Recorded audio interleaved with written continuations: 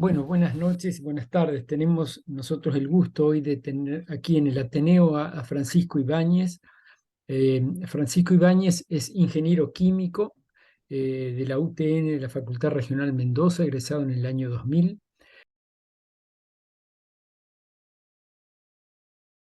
Damos la palabra a Francisco. ¿Mm?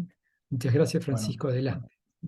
bueno, gracias por la cálida invitación y por el contacto y por esta oportunidad de un poquito de comentarles para mí digamos, lo que son los grandes desafíos de la ciencia hoy en día, de la ciencia de los materiales, como hablábamos recién, y un poco contarles lo que hacemos acá en el laboratorio en La Plata. Sí, el título es bastante ambicioso porque hablar de la cuarta revolución industrial en la tecnología, por ahí necesitamos como mucho tiempo para ahondar en estos temas, pero mi idea para la charla de hoy es un poquito sobrevolar estas dos cuestiones que son muy importantes y también vincular a la ingeniería. O sea, ¿qué rol tiene la ingeniería en todo esto? ¿Sí? Porque, bueno, sin la ingeniería no hubiésemos logrado la cuarta revolución industrial y sin la tecnología que emerge, digamos, de las ingenierías, tampoco hubiésemos logrado la nanotecnología, porque la nanotecnología es la tecnología, pero de lo pequeño, entonces se nutre continuamente de estos desarrollos, ¿no?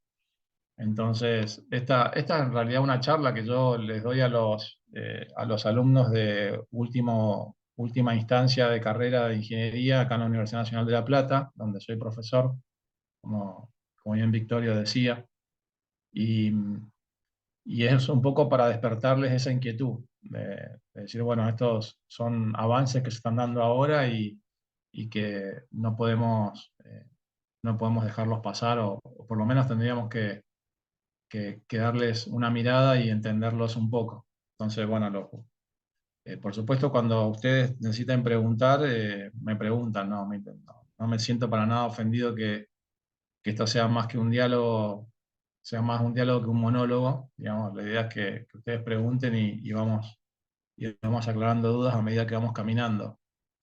Entonces, un poco lo que les quiero mostrar es eh, el orden temático. Les voy a pasar el chivo del laboratorio, donde estamos aquí en La Plata. Les voy a hacer una propuesta de desarrollo de diapositivas ahora. Vamos a ver por qué es la cuarta revolución, o sea, cuál es la primera, segunda y tercera, qué tiene que ver la nanotecnología en la cuarta revolución. Y vamos a hablar de un premio Nobel reciente de Química 2023, ahora, hace un par de días, a tres investigadores que descubrieron los semiconductores nanométricos fluorescentes. Se descubrieron hace mucho tiempo, pero se vienen aplicando. Entre esos son las luces LED, las que usamos nosotros actualmente en la vía pública y ahora tengo encendido, por lo menos en mi casa, una luz LED. Y esa luz LED es gracias a esos semiconductores que, que tienen se los conoce como puntos cuánticos, y eso es el premio Nobel que se otorgó hace un par de días. Así que me viene como anillo al dedo eso de los puntos cuánticos, porque nosotros trabajamos con, no con semiconductores en sí mismos, pero sí con puntos cuánticos de grafeno, que también florecen y generan una emisión. La fluorescencia es una emisión de luz.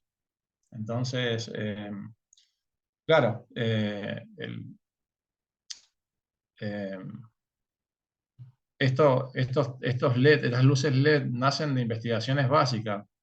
O sea, no, cuando, por ejemplo, cuando se habla de la investigación básica y se la menosprecia, cuando se habla, por ejemplo, algunas declaraciones sobre el CONICET, por ejemplo, y bueno, básicamente, digamos, es atenta contra la investigación y el desarrollo, porque gracias a esta investigación básica, nosotros con una luz LED usamos un orden y medio de magnitud menos de energía que lo que sería encender un cerillo de aceite, o sea, encender aceite o quemar combustible para iluminarnos. Estamos hablando de las cavernas, ¿no? Pero, digamos, después vienen los tubos fluorescentes, después de los tubos fluorescentes vienen estos semiconductores que tienen un orden y medio de magnitud menos de uso de watts de energía. O sea que, y aparte ambientalmente son muy amigables. Entonces, acá vemos claramente en este premio Nobel, vemos claramente dos cosas. Una, el desarrollo en los materiales y en los nanomateriales, en la física cuántica como concepto, y vemos también un impacto ambiental muy positivo por por el consumo por el consumo de energía. Entonces, después vamos a ver cómo está asociada la nanotecnología a la cuarta revolución, cómo se vincula la ingeniería a todo esto, y vamos a ver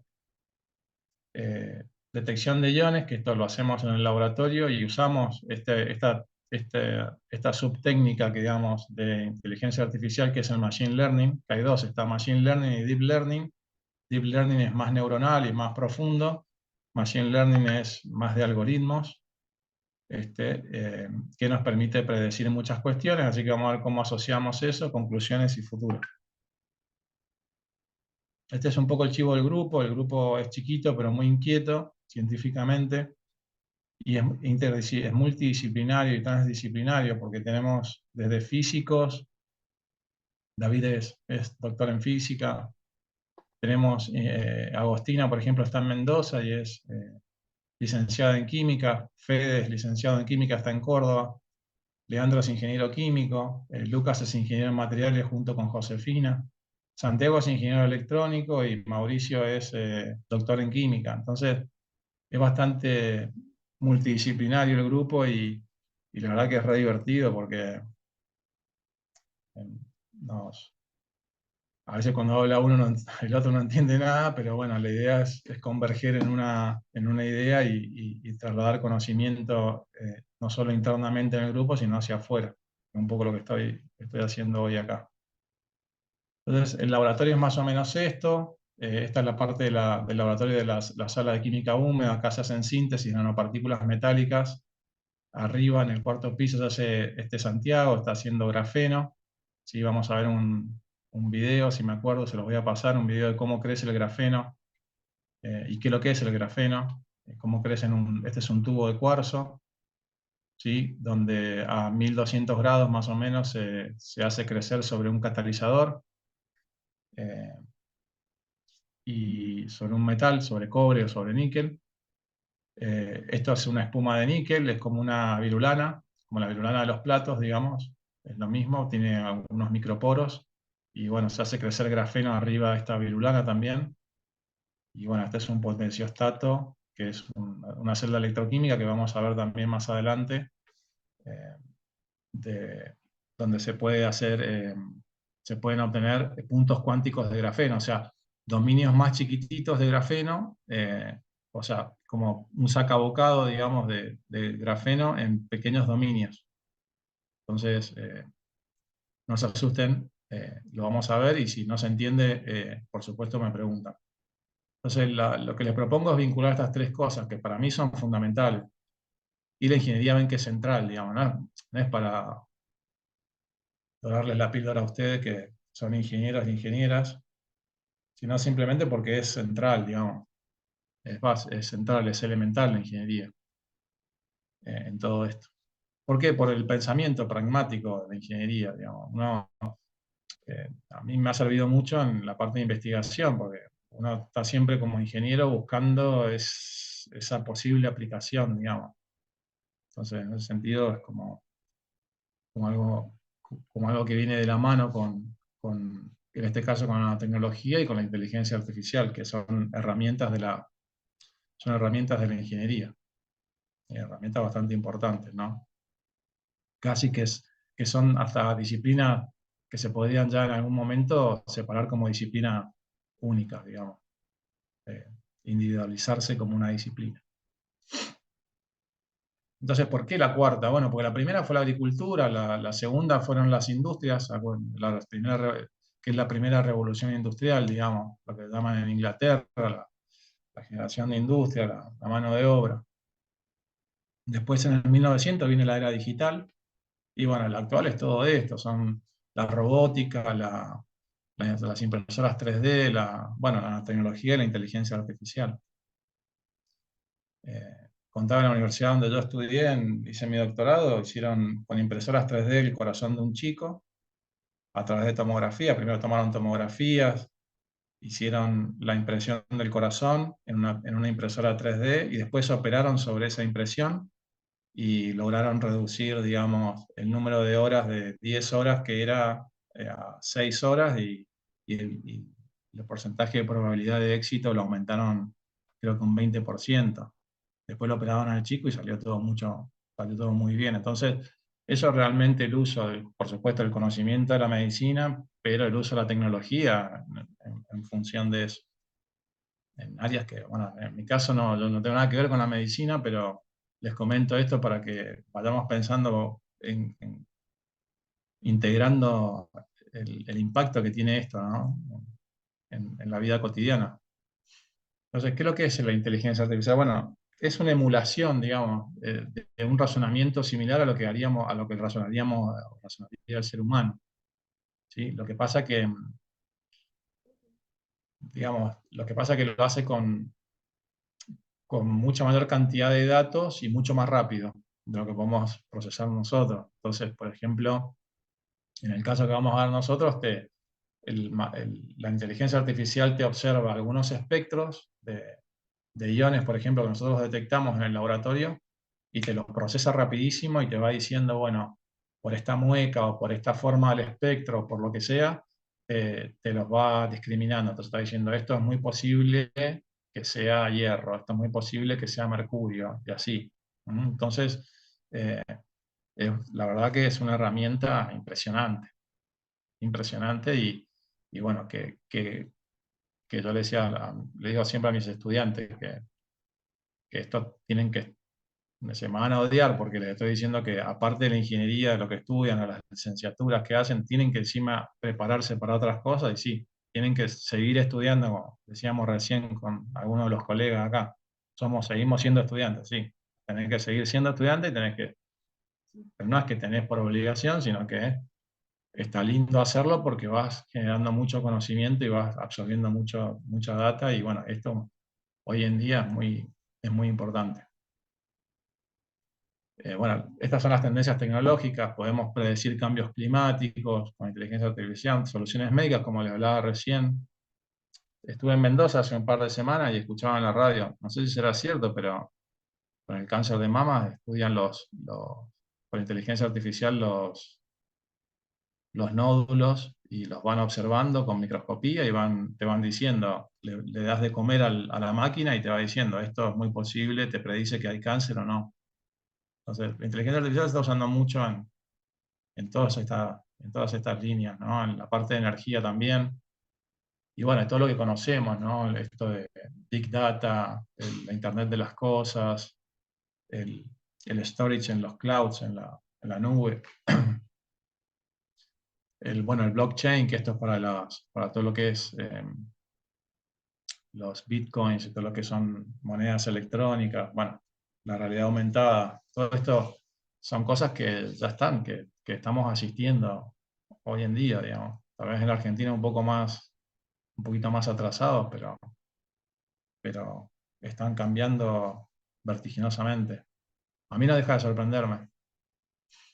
Entonces, lo que vamos a usar, la inteligencia artificial se puede usar para todas estas cosas, para análisis diagnósticos médicos, para estudios de mercado, para fraudes online, para asistentes virtuales, bueno, hay, pero infinitas, para la predicción del tráfico.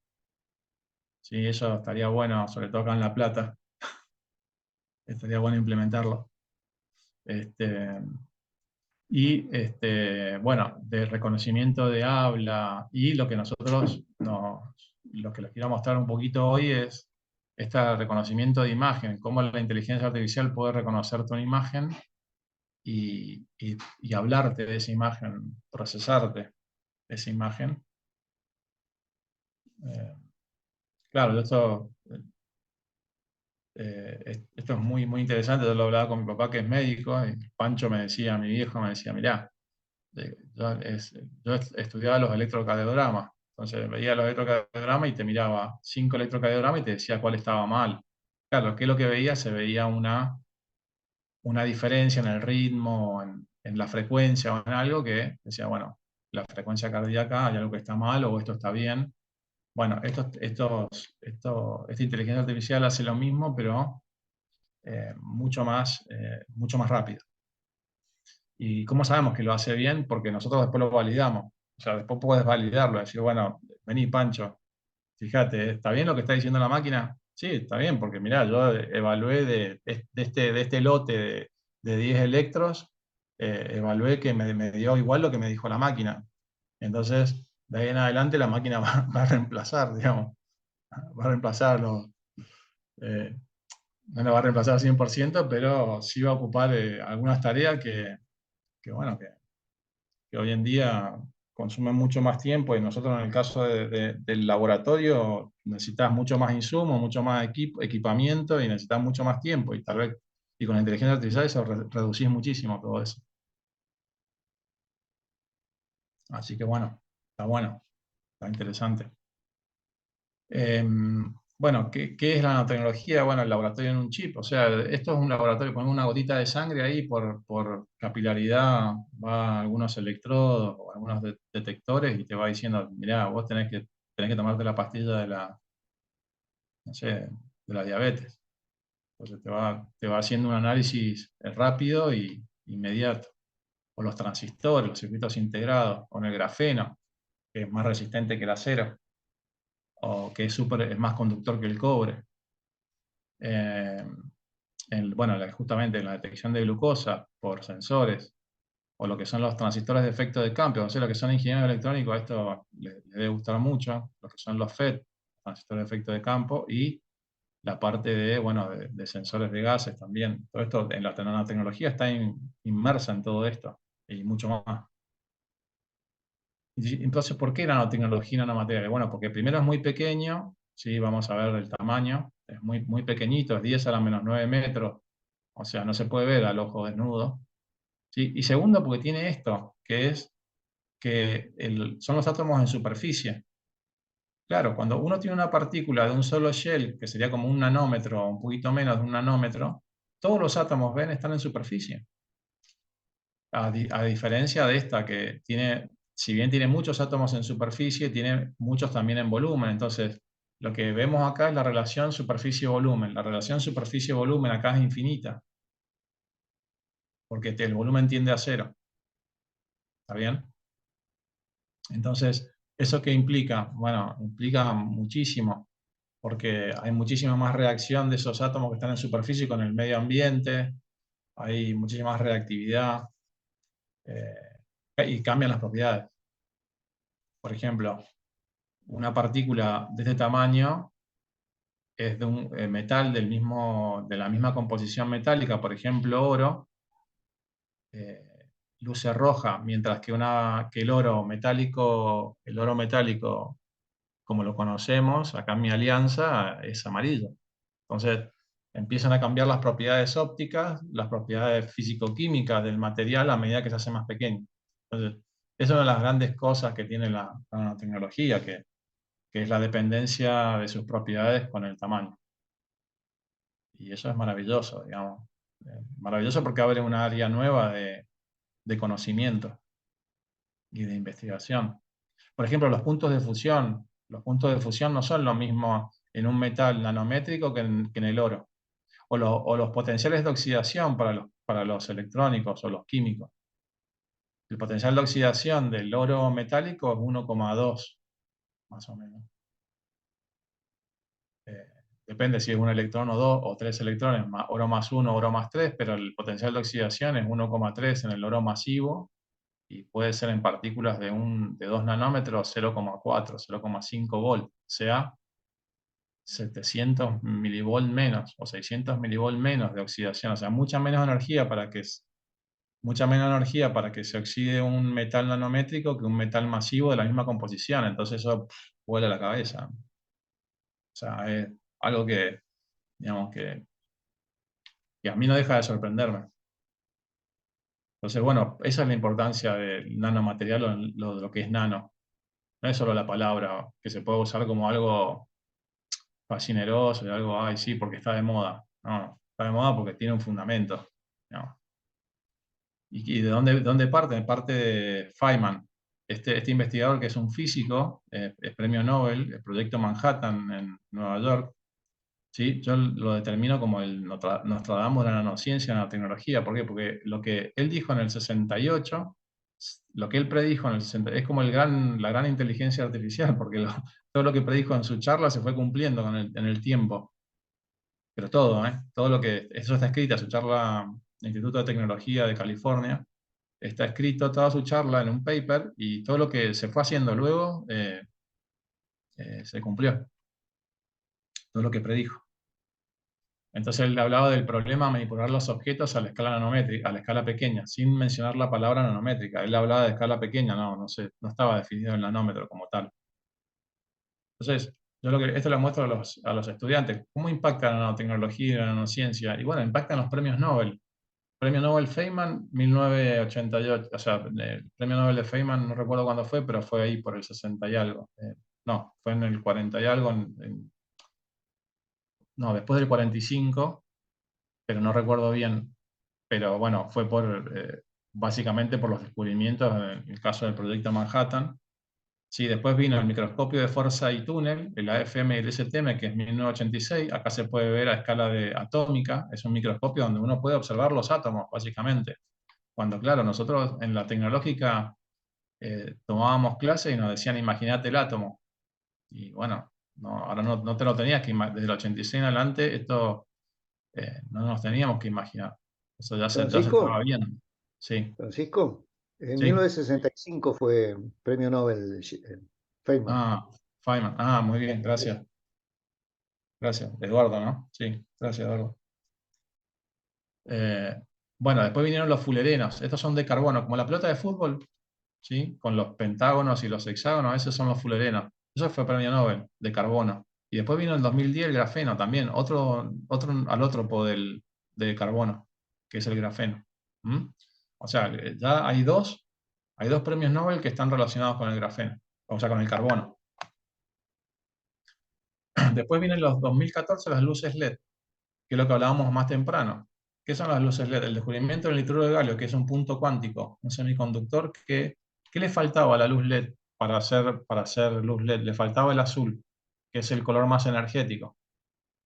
¿Mm? ¿Para qué? Para el espectro, para el blanco, para tener todo el espectro. ¿Sí? Y estos investigadores lo descubrieron. Y son películas muy delgaditas, son nanométricas. ¿Ven? Cargado P de nitruro de galio, P, aluminio con galio, zinc dopado con nitruro de galio y indio.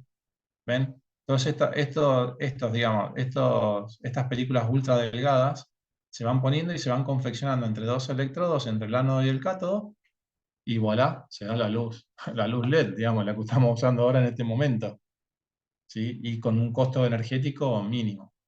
Después vinieron en el 2016 los motores moleculares, que son proteínas que caminan arriba de microtúbulos y transportan drogas. Esto lo hace el cuerpo continuamente, todo el tiempo. Lo que pasa es que estos investigadores lograron con unos rotaxanos, con unas moléculas, eh, lograr transporte de drogas de un lugar hacia el otro. Por supuesto los desafíos son enormes, ¿no? Pero hubo un avance muy importante en el 2016 con respecto a esto. En el 2017 vino la microscopía electrónica a bajas temperaturas en criogenia. ¿Por qué es importante esto? Porque se empezaron a congelar las proteínas. O sea, congelar la proteína es como eh, del cuerpo humano y animal, es como el eslabón fundamental, digamos, el que trae toda la información y el que tiene muchísimas aplicaciones en el cuerpo, tanto hormonal como neurológico, como hasta muscular. Entonces, estudiar las proteínas es poder congelarlas sin que se desnaturalicen y sin que forme cristales de agua. Esto es lo loco, o sea, porque se usó una técnica que no se forman cristales de agua, entonces yo estoy viendo realmente la proteína como es en este microscopio. ¿Y qué es lo que hago? Hago tomografías, la voy girando y voy sacando tomografía y después junto todos esos planos por transformada de Fourier, junto todos esos planos formo una imagen 3D y logro después mirarla, todo como hicieron con el corazón de este chico, es lo mismo. Entonces logro mirar esa proteína y veo las funciones, veo la estudio, puedo sacar muchísima información de eso. Y con inteligencia artificial, ni les digo, digamos, lo que se está usando ahora justamente para eso, para hacer análisis de imágenes. Y del 2023 es los Quantum Dots ahora. Entonces, el mes de octubre es re lindo. ¿Por qué? Porque nos enteramos de los premios Nobel y es justo donde yo doy mi clase de nanomateriales y nanotecnología en la Universidad Nacional de La Plata, y entonces siempre a los alumnos los sacudo y les digo, miren, me ha pasado justo ahora, 2017, 2016, 2014, y así he podido justificar mi clase, digamos, todo el tiempo. No mi clase por la temática, no porque sea mi clase, por la temática. ¿Mm? Y hacia atrás, ¿no? Los fullerenos y el grafeno 2010. Yo doy esta clase de nanomateriales y nanotecnología en la UNLP desde el 2009. Así que fíjense qué emoción, qué lindo. ¿Y qué es un punto cuántico? Bueno, esto ustedes me preguntan si no se entiende, pero cuando yo excito un semiconductor, o sea, le mando energía, estos electrones que están ¿se acuerdan? En las energías, en los bajos niveles de energía, se excitan. Y cuando eso se excita a estados cuantificables de energía, ¿sí? Entonces cuando dejó de iluminar, decae, y cuando decae emite una luz. Y este efecto cuántico es un efecto cuántico, ahí los físicos lo pueden explicar mucho mejor que yo, pero es un efecto cuántico porque depende del tamaño del semiconductor. Si el tamaño dentro de la escala nanométrica es más chiquitito, es el azul. Si es más chiquitito, tiene una separación de este band gap, es la energía prohibida. ¿Sí? O sea, es toda la energía que necesita el electrón para excitarse la banda de valencia o la banda de conducción. Entonces, mientras más energía sea, el color que emite es más energético, es el azul. ¿Ven? Acá. Cuando esa energía prohibida va disminuyendo, o sea, la brecha entre la energía, entre el plano, entre la banda, digamos, como serían los semiconductores, la banda de valencia con la banda de conducción, es cada vez más pequeñita, digamos, esa brecha es cada vez más pequeña. Bueno, lo que está pasando es que me voy moviendo del azul hacia el rojo, y estos son los colores que se ven acá, y estos son los colores que emiten estos puntos cuánticos. Pero son reales, no está falsificada la imagen en su brillantez o en su intensidad. ¿Ven? ¿Y de qué depende? De la ecuación de Bruce, que es premio Nobel. Esta ecuación de Bruce, ¿qué me dice? Tiene tres términos. Tiene la energía prohibida del bulk, del masivo, tiene este término y este término. Claro, este término está marcado como en naranja. ¿Por qué? Porque es el término que más ascendencia tiene sobre esta energía. ¿Por qué? Porque es inversamente proporcional a r al cuadrado, ¿ven? Al radio de la partícula. Entonces, está bien, estas son las masas del electrón, la masa del hueco, la constante de Planck, pi al cuadrado, pero el término que a mí el parámetro que a mí me interesa observar es que es inversamente proporcional a r cuadrado. Entonces, este término es el que domina en la ecuación de Bruce. Y esto es lo que determina Bruce. Y por eso es premio Nobel. Porque determina que justamente esta energía cambia en función del radio al cuadrado de la nanopartícula. Entonces, las más pequeñitas hacia las más grandes. Y observen que estamos hablando de diferencia de algunos nanómetros de diámetro, en un cambio de color dramático, desde el azul al rojo. No tengo ningún espectro para mostrarles, pero los espectros cuando se ven son increíbles porque pasa de 2 nanómetros a 2,5 nanómetros, o sea, en las décimas de nanómetro ya hay un cambio en el espectro, o sea, un cambio en el color. Me quedo acá si hay alguna pregunta. Dejo una pausa por si alguien quiere preguntar algo. Sí, no, una acotación en todo caso, anoté recién cuando hablabas del potencial de oxidación, que es mucho más Sí, bajo, claro, porque supongamos tenemos 1 centímetro cúbico de oro, ahí tenés 6 caras de 1 centímetro cuadrado cada una, son 6 centímetros cuadrados de superficie expuesta, pero a medida que lo vamos partiendo cada vez más, aumentamos la superficie de contacto y eso se me ocurre a mí, debe ser una causa preponderante en que haya una oxidación mucho más fácil. Claro. Sí, porque es la relación superficie-volumen en realidad, Claro, claro. Sigue siendo el mismo ¿verdad? volumen, pero Ujú. rodeado de mucha mayor cantidad de superficie. Exacto. Entonces Claro. son átomos que están expuestos y se oxidan mucho más fácilmente. Necesitas mucha menos energía para oxidarlo. Entonces, el oro nanométrico es como la plata, se oxida al mismo potencial que la plata, masiva. Ajá. Entonces, los intercambios galvánicos que estudiamos se generan, son antigalvánicos en algunos casos. O sea, es disruptivo. Es disruptivo porque uno estudia el intercambio galvánico, que es un metal más noble que viene sobre un metal menos noble. Claro, cuando son nanométricos, la cosa cambia, porque los potenciales de oxidación ya no son los mismos. Entonces, los intercambios Claro. galvánicos son distintos. Pero bueno, ese es un tema para discutir en otra charla. Pero Claro, y sí, muy buena. a temperaturas muy bajas, ya cercanas al cero Kelvin, ¿cómo se comporta? Porque hay una separación más fuerte, entra a jugar el nivel de Fermi. Y bueno, la Ahí, banda, claro, lo que pasa es que la banda de Fermi es, en la teoría, el nivel de Fermi es la separación justa entre la banda de valencia y la de conducción, y se lo considera como el nivel de Fermi a temperatura del cero absoluto. por eso, pero es Lo que pasa favorable que trabajar perdón, a temperaturas más bajas. La idea es esa, si es más favorable esto trabajar a temperaturas bien bajas o al revés. claro, cuando te vas a temperaturas muy bajas, te sacás a Arrhenius de encima. O sea, empezás a moverte hacia la banda de valencia más que hacia la banda de conducción, porque pasás a un estado más de menor energía. O sea, movés tu línea de Fermi hacia abajo, hacia la banda de conducción. Sería Claro.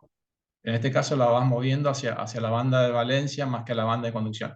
Cuando vos le metés temperatura, como en Arrhenius, exponencialmente esto se excita, digamos.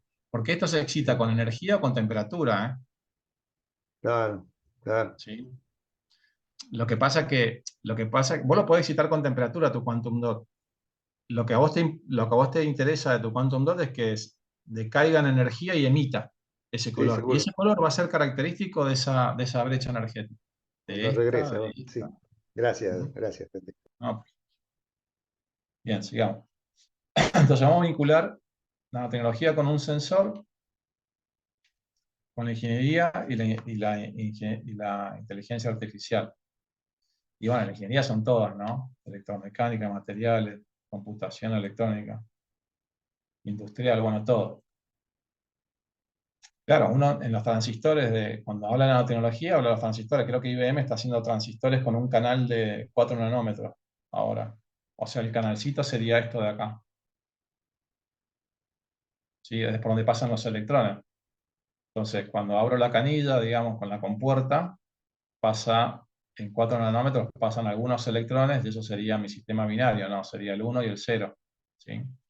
Entonces, pero creo que se quiere hacer actualmente, bueno, como estos transistores se usan como sensores en el cuerpo, se están poniendo mucho en el cuerpo, subcutáneo, no sé si han escuchado, pero también en tatuajes que se hacen, ¿sí? Lo que se está intentando hacer es sacarse de encima, no sacarse de encima, pero tratar de reemplazar estos materiales de silicio por materiales orgánicos, donde yo pueda poner moléculas orgánicas que hagan de las veces de transistores, digamos, o de lo que sería la compuerta, el drenaje y la fuente, o sea, la fuente y el drenaje, la compuerta, y todo, reemplazar todo lo que es silicio, óxidos de silicio, nitruros y todo lo demás, reemplazarlo por sistemas orgánicos donde yo pueda meter, o sea, pueda tenerlo en el cuerpo todo el tiempo y no sé, me dé un cambio de color cuando necesite, no sé, darme una dosis de glucosa, o sea, por la glucosa o por la arritmia o por lo que sea, me dé una señal, pero que sea compatible con el cuerpo humano. Porque hay muchos materiales que todavía no, que son nocivos, entonces no se pueden implantar. ¿Sí? Pero bueno, hay un gran avance y estudio con respecto a eso. Y es transversal, por eso es transversal, porque acá uno habla de la química, habla de la electrónica y de los materiales. ¿Sí? Porque esto es pura electrónica, pero esto es todo material. El dopaje PN es toda ingeniería de materiales o ciencia de los materiales. Estos son silicio dopado N, o sea, N significa negativo más, o sea, muy negativo, y el P significa con huecos, o sea, preponderancia de huecos, preponderancia de electrones, ¿verdad? Entonces, con esta compuerta yo puedo, es como la canilla de la casa, digamos, puedo abrir la cantidad de electrones que pasan por acá, o puedo cerrarlo, y ahí constituir un bisistema binario. Y bueno, la tecnología para la parte de la medicina se usa, yo acá resalté 3 cosas, pero hay lentes de contacto con protección UV, que además te suministran medicación, no sé, cataratas y otras cuestiones. Hay reparación osteoporosa, digamos, en los huesos, con nanopartículas. Hay sensores que son 1000 veces más rápidos en la detección, o sea, hay mucho puesto en esto, y bueno, la medicina es uno de los negocios, suena fea la palabra, pero es real, un negocio millonario. Bueno, Pfizer con la pandemia hizo miles de millones. De hecho, ahora están con algunos problemas porque ya se terminó la pandemia, básicamente. Así que bueno, entonces hay una ciencia, la ciencia de la medicina está muy ahí también de la armamentística, lamentablemente. A ver si les puedo mostrar este video. Bueno, este es un poco lo que hace Santiago, que es un estudiante que ya está por recibirse de doctor acá en la Universidad de La Plata. Y lo que él hace es esto es un pequeño diseño de lo que sería un pequeño dominio de un grafeno. El grafeno es como una capa bidimensional, ¿sí? de un arreglo de átomos de carbono, y esto sería como un sacabocado, digamos, una pequeña partecita de ese grafeno. Y lo que tiene en particular es que los puntitos rojos que se ven son como grupos funcionales. O sea, acá no sé quiénes son químicos, pero acá se hace mucho en la química, se hace mucho de la química de la química de borde. Y lo que con la química de borde se puede cambiar mucho esto que veíamos acá, porque en los puntos cuánticos esto depende directamente del tamaño, ¿sí? Del R al cuadrado, ¿está bien? Pero, vamos a poner el puntero, pero se está demostrando, y nosotros hemos trabajado mucho en eso, en que esta brecha energética también se puede modificar con los grupos funcionales del punto cuántico de grafeno. O sea, poniendo los distintos grupos funcionales y la relación enlaces sp2 con enlaces sp3, esto es más química, pero bueno, para aquellos que no saben, si no me preguntan, pero bueno, esa relación sp2, sp3, el tamaño del punto cuántico de grafeno y los grupos funcionales contribuyen a esa energía prohibida. No es que solo el tamaño, ¿sí? Entonces, no es todo tan lineal, digamos, ¿sí? Entonces eso está como muy interesante también. Hay mucha gente que está atrás de eso, incluido nosotros. Entonces, eso hace Santiago. Entonces, ¿qué es el nano? Bueno, es la relación del diámetro de la nuez a la Tierra. Claro, lo que pasa es que es la relación de diámetro, lo que pasa es que la nuez no se puede ver, digamos. Necesitamos un microscopio de alta resolución para verlo. Y también para ver los mecanismos que están sucediendo en la escala nanométrica, ¿sí? Para entender un poco los mecanismos. Entonces, es todo un tema eso. Bueno, hay una escala del universo, pero bueno, eso la vamos a pasar porque si no me van a... Yo les quiero mostrar otro video que está bueno, digamos. Me parece que si muestro todos los videos nos va a ocupar mucho tiempo. Entonces, ¿cómo se obtienen los nanomateriales? Por 2 vías, las ascendentes y descendentes, ¿sí? ¿Cuáles son las? Vamos a diseñar una nanopartícula. ¿Cómo podemos llegar a eso que veíamos recién, algunos átomos en superficie solamente? Bueno, por el método descendente, que eso lo hacen en las salas limpias. ¿Vieron los trajes de astronauta y eso? Bueno, esos son salas limpias, porque tienen que haber, en la más limpia de todas son 100 partículas por decímetro cúbico. Eso se cuenta, o sea, tienen contadores, ¿sí? Entonces tiene que ser muy limpia. De hecho, tengo que usar barbijo, tengo que usar lentes, tengo que usar escafandra, tengo que usar todo el traje, porque esto con los chicos, con mis estudiantes en el INTI, el Instituto Nacional de Tecnología Industrial, ¿sí? Que tiene una sala limpia. ¿Por qué? Porque alguna micropartícula cae sobre tu dispositivo, Imagínate si es un chip de IBM, no es el caso del Inti, pero un chip de IBM de 4 nanómetros de canal, te cae una micropartícula, la micropartícula es 1000 veces más grande. O sea, te contamina y te tapa todo. Por eso es tan importante usar tener estos recaudos. ¿Y qué es lo que hace? Parte de una oblea, que en esa oblea, por eso es descendente, porque es grande el material y se van haciendo cositas más chiquititas dentro de la oblea. Por ejemplo, los microchips o los dispositivos.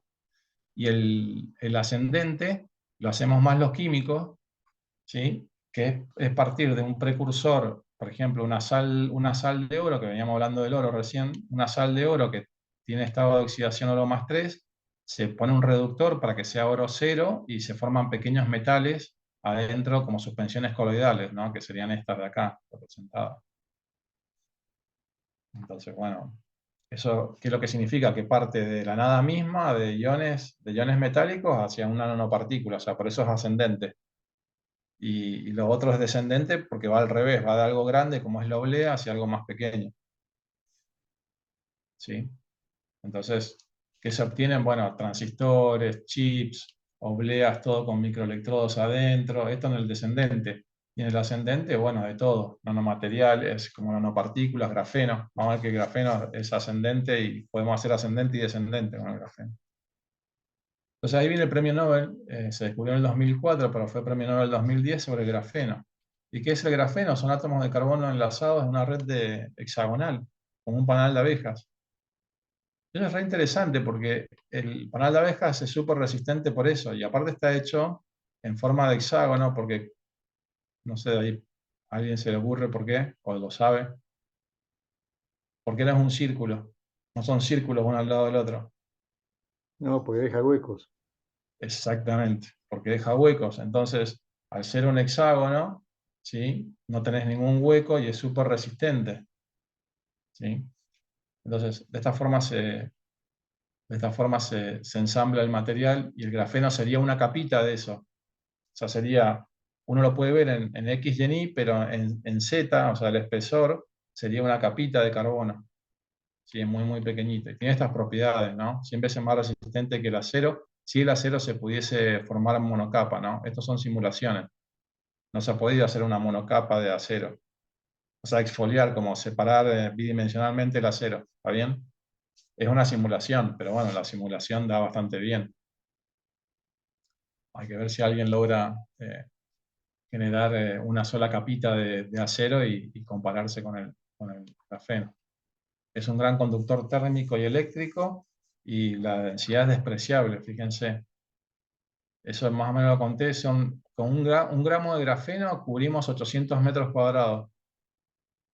Porque, bueno, claro, en un gramo ponemos una capita al lado de la otra, ¿sí? Como es todo superficie, es el primer material donde todos sus átomos están en superficie, porque recién hablábamos de la nanopartícula, que la mayoría de sus átomos están en superficie. Esto es todo superficie. Entonces, es como muy, ¿no? Muy disruptivo, digamos. Es todo superficie, cada átomo de carbono, si uno logra sintetizar una sola capa, ¿no? Porque a veces, bueno, se forman dos capas o tres. Ya ahí sí, ya no es que todos los átomos están en superficie, pero si fuese una sola monocapa, es todo como se ve acá. Todos estos carbonos están expuestos a la interfase con el aire, con el agua, con lo que sea. Y esto es Novoselov y Game, en la Universidad de Manchester. Un día viernes como hoy, pero ellos dicen los chismes dicen que estaban, no es nuestro caso, pero estaban tomando cerveza y vieron, claro, con la cinta scotch lo lograron desde grafito, iban exfoliando con cinta scotch y dice que vieron como una sombrita en la cinta adhesiva, y porque uno de sus estudiantes estaba atrás de aislar grafeno desde grafito, y le hicieron Raman, que ahora vamos a ver, y con Raman lograron determinar que era grafeno. Y bueno, y de ahí salió el premio Nobel. Y es el único investigador, Novoselov es el único investigador que ganó dos premios, el Nobel y el Ig Nobel. El Ig Nobel es el premio que te dan por bruto, digamos, por chistoso, digamos, porque hizo levitar una rana. Es físico, hizo un campo magnético, hizo levitar una rana y lo presentó a los premios Ig Nobel y se lo dieron. el único investigador que tiene los dos premios. Así que esto, digamos, él se mufa del mismo, digamos. Y que, claro, lo que se va viendo es que cuando son más capitas de grafeno se ve más oscuro, ¿ven? 0 capas, nada, silicio. Una capita de grafeno, 2, 3 y 4. ¿Ven? Entonces, ¿cómo decir? Pero si estamos viendo grafeno, no necesitamos un microscopio. No, no necesitamos un microscopio.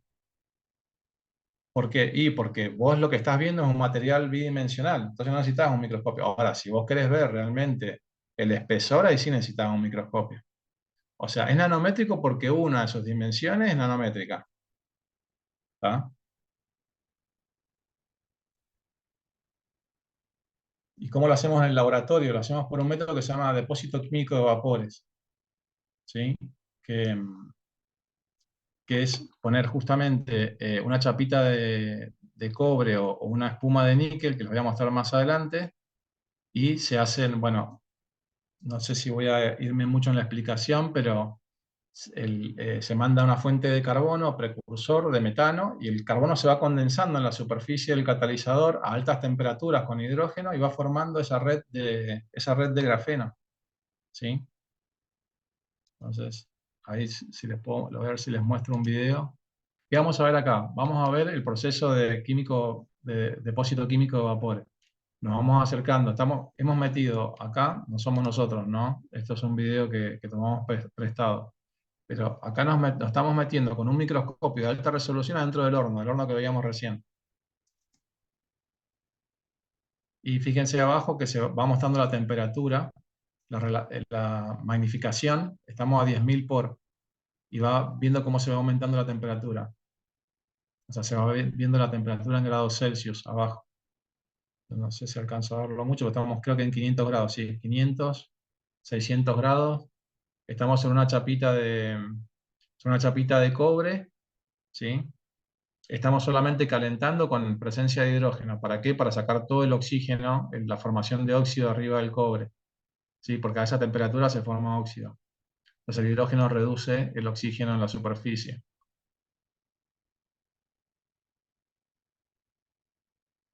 Ya estamos casi a 800 grados. ¿Y qué es lo que hace esto? Genera granos, orientaciones cristalográficas del cobre que predispone para, eso se llama annealing, lo predispone para que después se absorba bien el carbono. ¿Ven? Ya está casi semilíquido. Estamos casi a 950 grados y se empieza a ver como un fluido.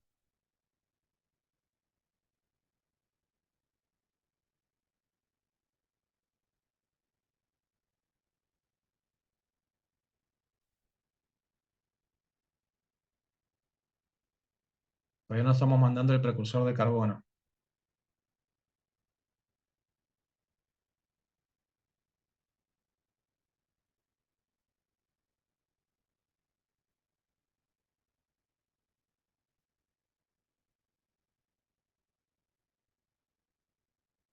Y ahora está el crecimiento, ¿no? O sea, este método ascendente. El metano se parte en carbonos chiquititos y se va haciendo la red. ¿Ven? Esos dominios negritos son dominios de grafeno que van a coalescer, van a unirse entre sí. ¿Sí? ¿Ven? Van creciendo, es nucleación y crecimiento, van creciendo, es un método ascendente, ¿sí? Hasta que forman una capa de grafeno. Una o dos capas o tres, de acuerdo a las condiciones, ¿no? de temperatura, de relación de gases, hidrógeno con metano y nitrógeno. Y bueno, después se enfría en hidrógeno para que no se oxide hasta los 100 grados. Y después de los 100 grados ya se saca, se pone nitrógeno. ¿Ven? Eso es lo que estábamos viendo ahí, una superficie cubierta con grafeno. Tiene bordes de grano, tiene imperfecciones, pero el grafeno está arriba, ¿sí? Esos bordes de grano del material. Perdón, doctor, ¿la lámina es de cobre nativo o está conformando algún tipo de mineral? No, no, es cobre nativo, Marita. Ujú, cobre Muchas nativo. gracias. Muchas gracias. Ujú. Lo que pasa es que a esa temperatura se oxida, entonces hay que mandar hidrógeno para reducirlo. Ujú, Ujú. perfecto. Sí, sí. y se ve como manchadito, ¿no? Se ve como si agarramos la mina del lápiz y le pasamos y lo pintamos, bueno, eso es el grafeno.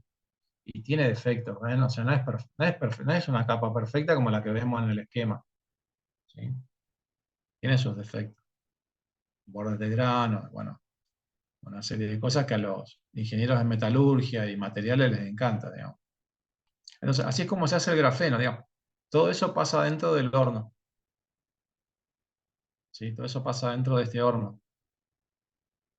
¿Mm? También se puede hacer espumas. Las espumas son como entrelazados de hebras de níquel, en este caso, que sería esto que se ve acá. Y voy a... y lo que, digamos, lo que se va viendo acá es que el grafeno crece sobre la superficie del níquel. Esos son como microporos, son poros bastante grandes, ¿ven? Y esto es como una hebrita de níquel antes del grafeno y después, ¿ven cómo se mancha? Parecen como manchas, digamos, en la superficie, manchas más claritas y más oscuras. Entonces, bueno, nosotros, esto se los muestro, después voy a pasar algunas diapositivas para no hacerlo muy largo, pero ¿qué tiene de particular esto, el grafeno, digamos? Tiene que en los carboncitos, digamos, en los 6 carbonos, ¿sí? Tienen la banda pi y la banda pi antiligante, ¿sí? Estos son la densidad de estado, digamos, son los electrones, ¿sí? Los electrones pi delocalizados que están arriba del grafeno. Y lo que tiene como interesante esto, que es el grafeno es un semiconductor y un conductor a la vez. ¿Por qué? Porque en el sigma y en el sigma antiligante, ¿sí? Tiene una banda de energía prohibida, pero no así en este punto donde se cruzan las bandas en el pi y en el pi antiligante. O sea que hay un punto, que es el punto de Dirac, donde el grafeno es conductor. Y es un conductor por excelencia. Pero ¿qué pasa? Yo puedo modificar ese punto de Dirac, ¿sí? Lo puedo modificar poniendo más capas de grafeno arriba. Una monocapa, tengo ese punto de Dirac acá, entonces el punto sería como que el punto de valencia, como que la banda de valencia con la conducción se unen en ese punto, ¿sí? ¿Está bien? Ahora, si yo quiero separar quiero generar una brecha energética entre esos dos, entre la banda de valencia y de conducción, en el carbono o en el grafeno, puedo ponerle más capas, ¿ven?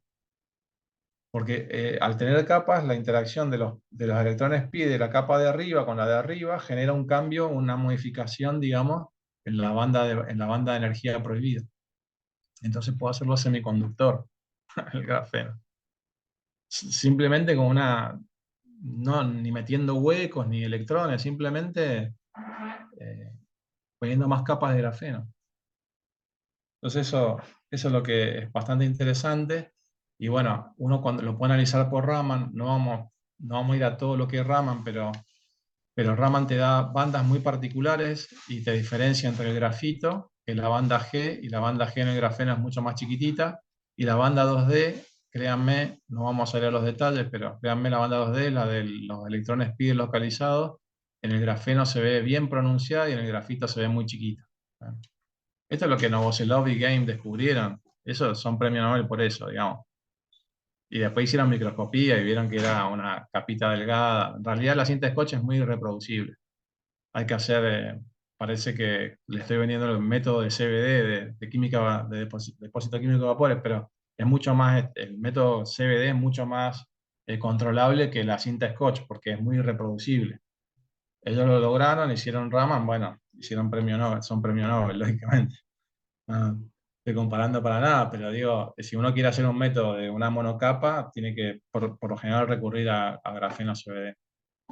Entonces, bueno, Raman te da mucha información, no vamos a ir a eso. ¿Y qué pasa? Si uno tiene grafeno, ¿lo puedo hacer más chiquitito? O sea, ¿puedo hacer, después que hice un método ascendente y obtuvo grafeno, ¿lo podemos hacer en un método descendente, saca bocado? Sí, se puede.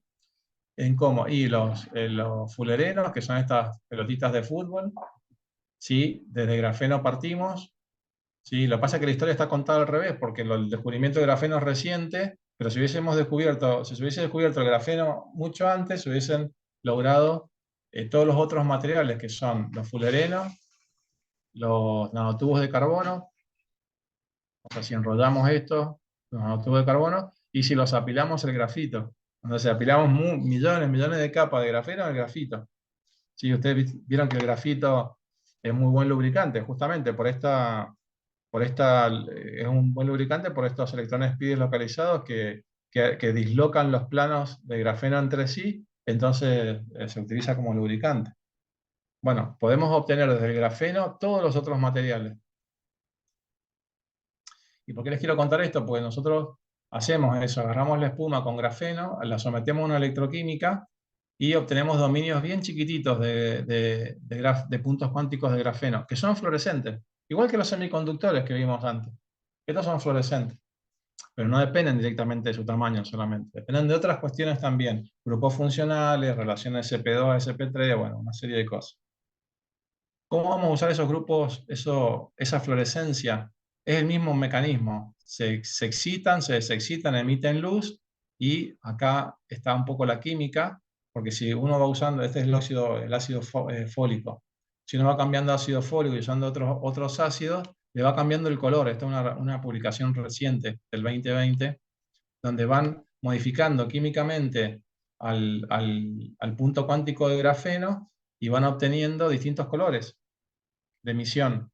Entonces con eso, vos decís, bueno, pero vos me comentaste que era por el tamaño. Sí, yo te mostré la ecuación de Bruce, que es por una relación directa con el radio al cuadrado, pero esos eran semiconductores de uso extendido, que son o sea, son nitruro de galio, silicio.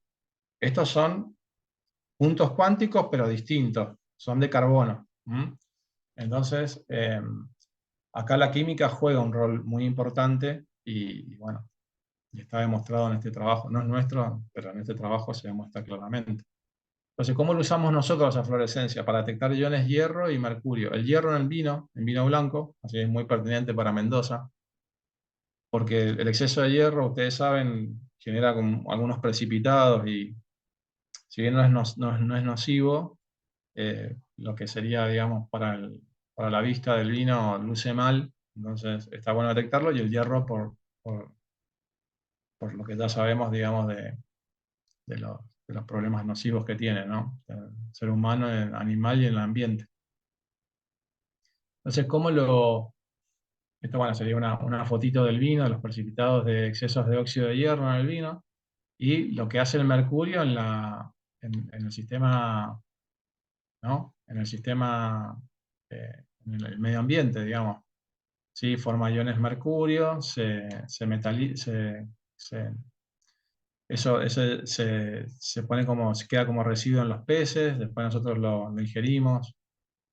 Y todo esto proviene desde el aire hacia el océano, ¿no?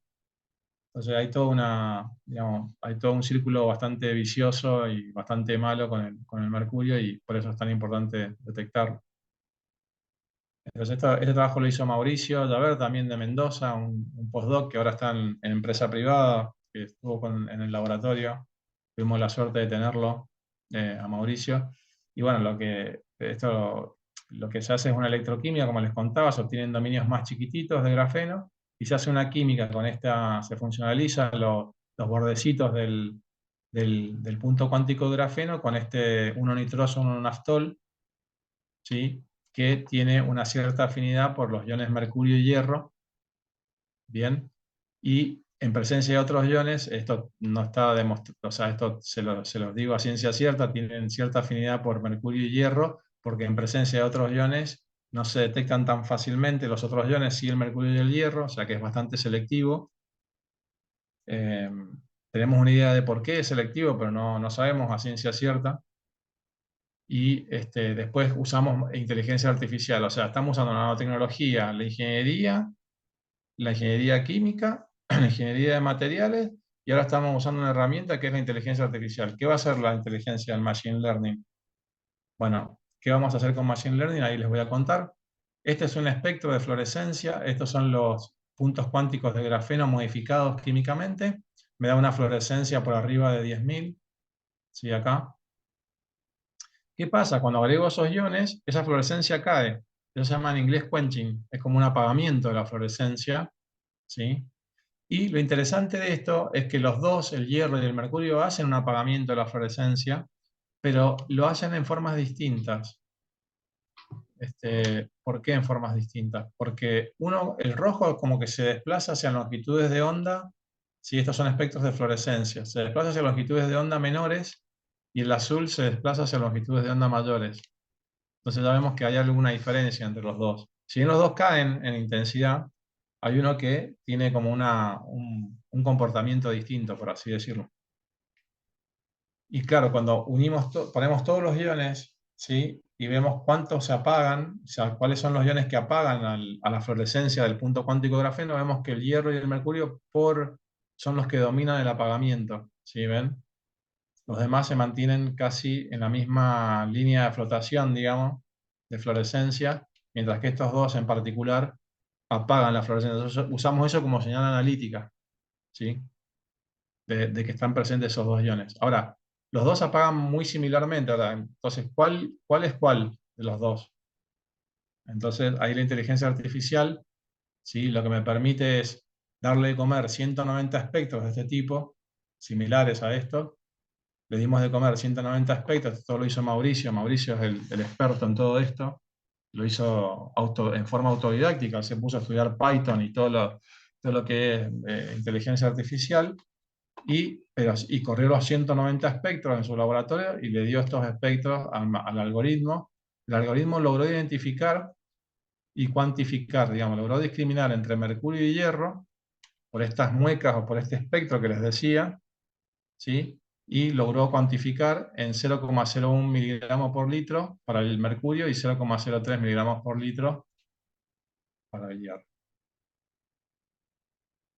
Esto se hace con esto se hace con las intensidades I 0 sobre I, la intensidad de incidencia con la intensidad de emisión de los espectros y con esos desplazamientos que les decía, y se arman estos coeficientes, ¿sí?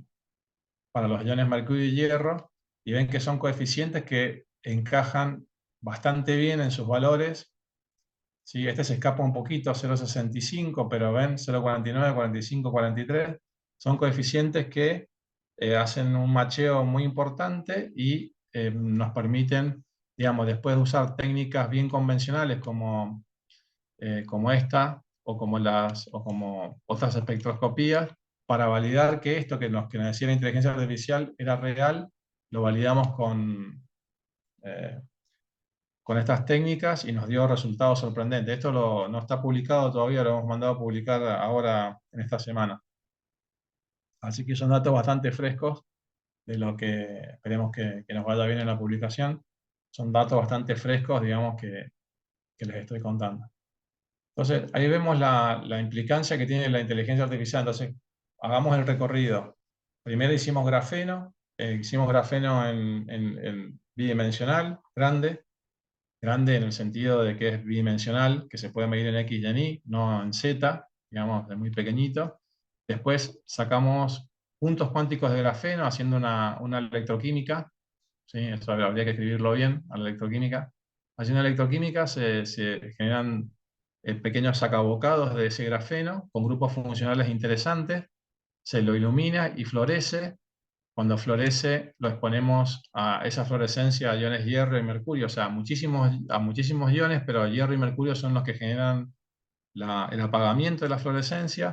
Esos espectros se les da de comer se tabulan los espectros, se les da de comer a la inteligencia artificial, se procesan, se validan esos datos uno va al laboratorio y los valida con equipos que son bien sofisticados y luego se construye un dispositivo y un sensor. Si eso tiene transferencia de tecnología, se logra el dispositivo y se empieza a comercializar.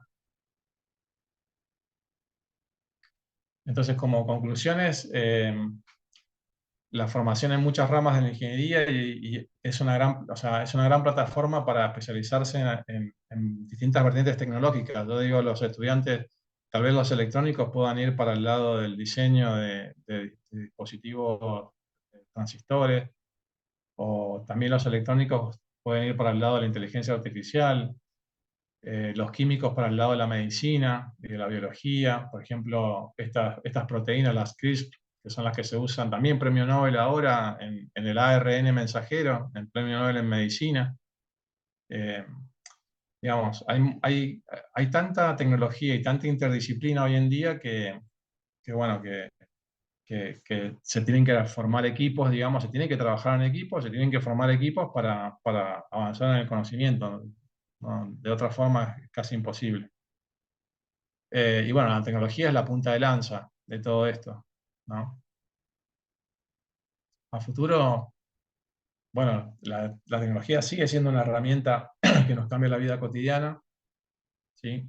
Es mejor, yo pienso que la ingeniería está buena cuando está vinculada a la generación de conocimiento, no solo repetir, digamos, algunas recetas. Nosotros como ingenieros químicos repetimos mucho lo del Perry, la Biblia para nosotros, pero digo, muchas de esas métodos, de esas cosas que vemos en el Perry también se pueden modificar a través del avance en el conocimiento y la investigación. O sea, que eso es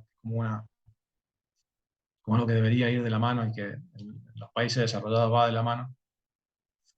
Y bueno, los modelos y simulaciones predicen muchas cosas y se pueden usar para, como les mostré recién, para el caso de detección de iones.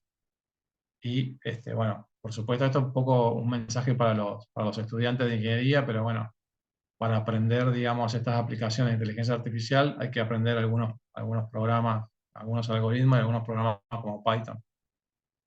Así que bueno, básicamente eso. Quería de nuevo agradecerles y agradecerle a Victorio Samsogni, que fue el contacto a través de Jorgito Baroni, y bueno, también agradecer eh, estos fondos de investigación, que bueno, sin estos fondos de investigación no hubiese sido posible mostrarles digamos, las cositas que estamos haciendo acá en el laboratorio. Así que bueno, muchas gracias.